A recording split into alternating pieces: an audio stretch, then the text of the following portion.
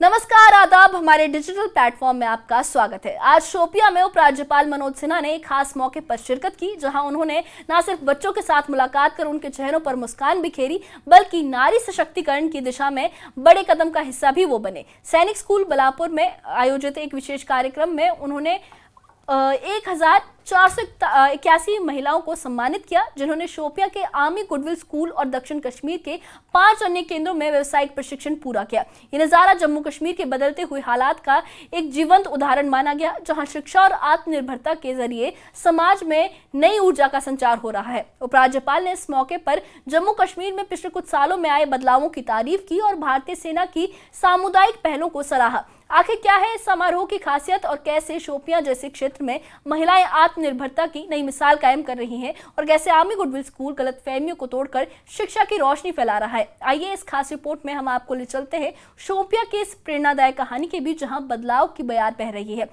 देखिए ये खास रिपोर्ट। शोपियां की खूबसूरत वादियों में आज एक नया नजारा देखने को मिला। राज्यपाल मनोज सिन्हा सैनिक स्कूल बलापुर में पहुंचे, जहां उन्होंने बच्चों के साथ मुलाकात की और उनके चेहरे पर मुस्कान बिखेरी। इसके साथ ही उन्होंने एक खास समारोह में भी हिस्सा लिया, जहां नारी सशक्तिकरण के लिए आयोजित व्यावसायिक प्रशिक्षण पाठ्यक्रम का समापन हुआ। इस कार्यक्रम में उपराज्यपाल ने 125 महिलाओं सहित कुल 1481 प्रशिक्षित महिलाओं को सम्मानित किया, जिन्होंने शोपियां के आर्मी गुडविल स्कूल और दक्षिण कश्मीर के 5 अन्य केंद्रों में प्रशिक्षण पूरा किया। ये नज़ारा जम्मू कश्मीर के बदलते हालात की एक मिसाल था।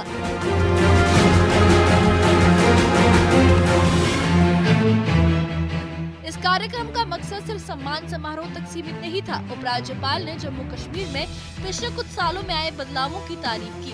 उन्होंने कहा कि पहले आर्मी गुडविल स्कूलों के खिलाफ गलतफहमियां फैलाई जाती थी, लोग अपने बच्चों को इन स्कूलों में भेजने से हिचकते थे। उपराज्यपाल ने कहा कि जब हमारे जांबाज सिपाही हमारी सरहदों की हिफाजत कर सकते हैं, तो हमारे बच्चों को तालीम देने में क्या हर्ज है। पिछले 5 सालों में इन स्कूलों ने शिक्षा के क्षेत्र में नई उम्मीदें जगाई हैं। शोपियां जैसे दूर-दराज के इलाकों में ये स्कूल बच्चों के लिए रोशनी का सबब बन रहे हैं। And lastly, our project 20 से लेकर के 24 तक हमारे प्रशासन के सहयोगियों ने अनेक ऐसे बच्चों और बच्चियों को एंटरप्रेन्योर बनाया।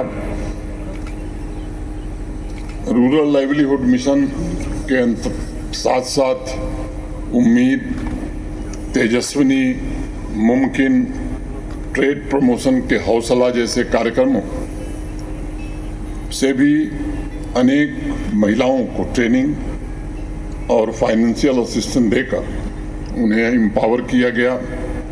और आज अनेक ऐसी महिलाएं हैं, मैं संख्या बताऊं तो शायद आपको आश्चर्य होगा, लाखों की संख्या है, जो न सिर्फ सामाजिक और आर्थिक रूप से स्वतंत्र हैं, बल्कि जम्मू कश्मीर के आर्थिक विकास में अभिन्न अंग बन करके जम्मू कश्मीर के निर्माण में योगदान दे रहे हैं। उपराज्यपाल ने नारी सशक्तिकरण पर भी खास जोर दिया। उन्होंने कहा कि प्रधानमंत्री नरेंद्र मोदी के मार्गदर्शन में जम्मू कश्मीर में नारी सशक्तिकरण एक जन आंदोलन बन चुका है। शोपियां में आयोजित व्यावसायिक प्रशिक्षण कार्यक्रम इसका जीता जागता सबूत है। इस कार्यक्रम में महिलाओं ने न सिर्फ व्यावसायिक कौशल सीखा, बल्कि जीवन को बेहतर बनाने के हुनर भी हासिल किए। उपराज्यपाल ने डॉक्टर भीमराव अंबेडकर विकास एवं सेवा संस्थान और भारतीय सेना की तारीफ की। उन्होंने मोनिका पाल, भारती और उनकी टीम को शानदार पहल के लिए सराहा, जिसने 1481 महिलाओं को आत्मनिर्भर बनाने का रास्ता दिखाया।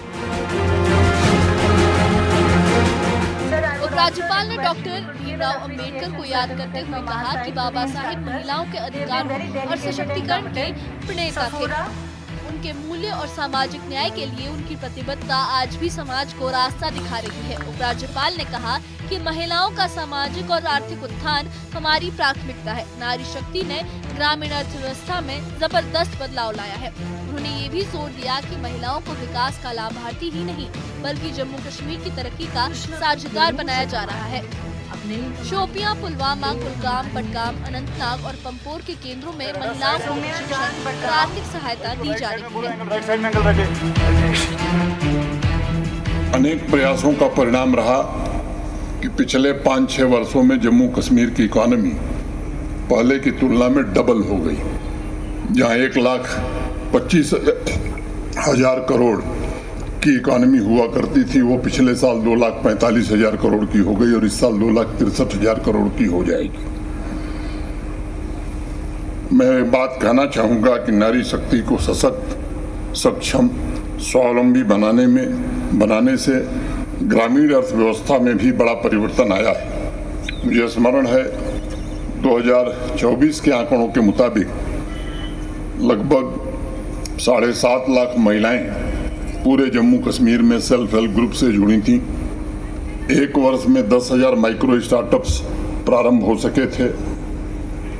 लगभग 5,000 सेल्फ हेल्प ग्रुप्स की विमेन एंटरप्रेन्योर्स को एडवांस ट्रेनिंग भी दी गई थी। इस समारोह में उपराज्यपाल ने भारतीय सेना की सामुदायिक पहलों की भी तारीफ की। उन्होंने कहा कि भारतीय सेना न सिर्फ देश की एकता और अखंडता की रक्षा कर रही है, बल्कि समाज को बदलने का नेक काम भी कर रही है। आर्मी गुडविल स्कूल और व्यावसायिक प्रशिक्षण केंद्र इसके बड़े उदाहरण हैं। उपराज्यपाल ने सुझाव दिया कि प्रशिक्षण पूरा करने वाली महिलाओं का हर साल फॉलोअप किया जाए ताकि उनके व्यवसाय को और बढ़ावा मिले। उन्होंने ग्रामीण क्षेत्रों में महिला और पुरुष उद्यमों की संख्या में अंतर को कम करने की बात कही और महिलाओं को अपने व्यवसाय को विस्तार देने के लिए प्रोत्साहित किया। उपराज्यपाल ने जम्मू कश्मीर की आर्थिक तरक्की पर भी रोशनी डाली। उन्होंने कहा कि पिछले कुछ सालों में अर्थव्यवस्था में बड़ा बदलाव आया है। सड़कें, स्कूल, डिजिटल ढांचा और रोजगार के अवसर बढ़े हैं। उपराज्यपाल ने कहा कि ये तरक्की सिर्फ आंकड़ों में नहीं, बल्कि बेहतर सड़कों और आजीविका में दिख रही है। शोपियां का ये कार्यक्रम एक नई सोच का आगाज था। आर्मी गुडविल स्कूलों ने गलतफहमियों को तोड़ा है और महिलाओं के लिए नए रास्ते खोले हैं। Bureau report, news 18। और इसके साथ ही हमारी इस खास रिपोर्ट में आपने देखा शोपियां में उपराज्यपाल मनोज सिन्हा के दौरे और नारी सशक्तिकरण की प्रेरणादायक कहानी। ये समारोह सिर्फ एक आयोजन नहीं था, बल्कि जम्मू कश्मीर के बदलते चेहरे और नई सोच का एक प्रतीक भी माना गया। शोपियां के सैनिक स्कूल बलापुर में उपराज्यपाल ने 1481 महिलाओं को सम्मानित किया, जो व्यावसायिक प्रशिक्षण के जरिए आत्मनिर्भरता की ओर बढ़ रही हैं।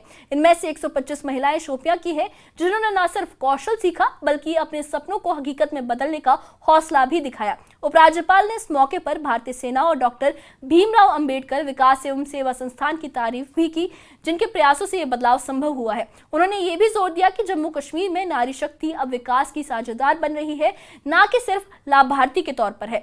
आर्मी गुडविल स्कूल ने न सिर्फ शिक्षा के क्षेत्र में नई उम्मीदें जगाई हैं, बल्कि गलतफहमियों को तोड़कर समाज में एकता और विश्वास का माहौल भी बनाया है। उपराज्यपाल ने जम्मू कश्मीर की आर्थिक तरक्की और बेहतर सड़कों, स्कूलों और रोजगार के अवसरों की बात भी की, जो इस क्षेत्र के उज्जवल भविष्य की ओर इशारा करती है। ये कहानी शोपियां से शुरू हुई है, लेकिन इसका असर पूरे जम्मू कश्मीर में दिखेगा।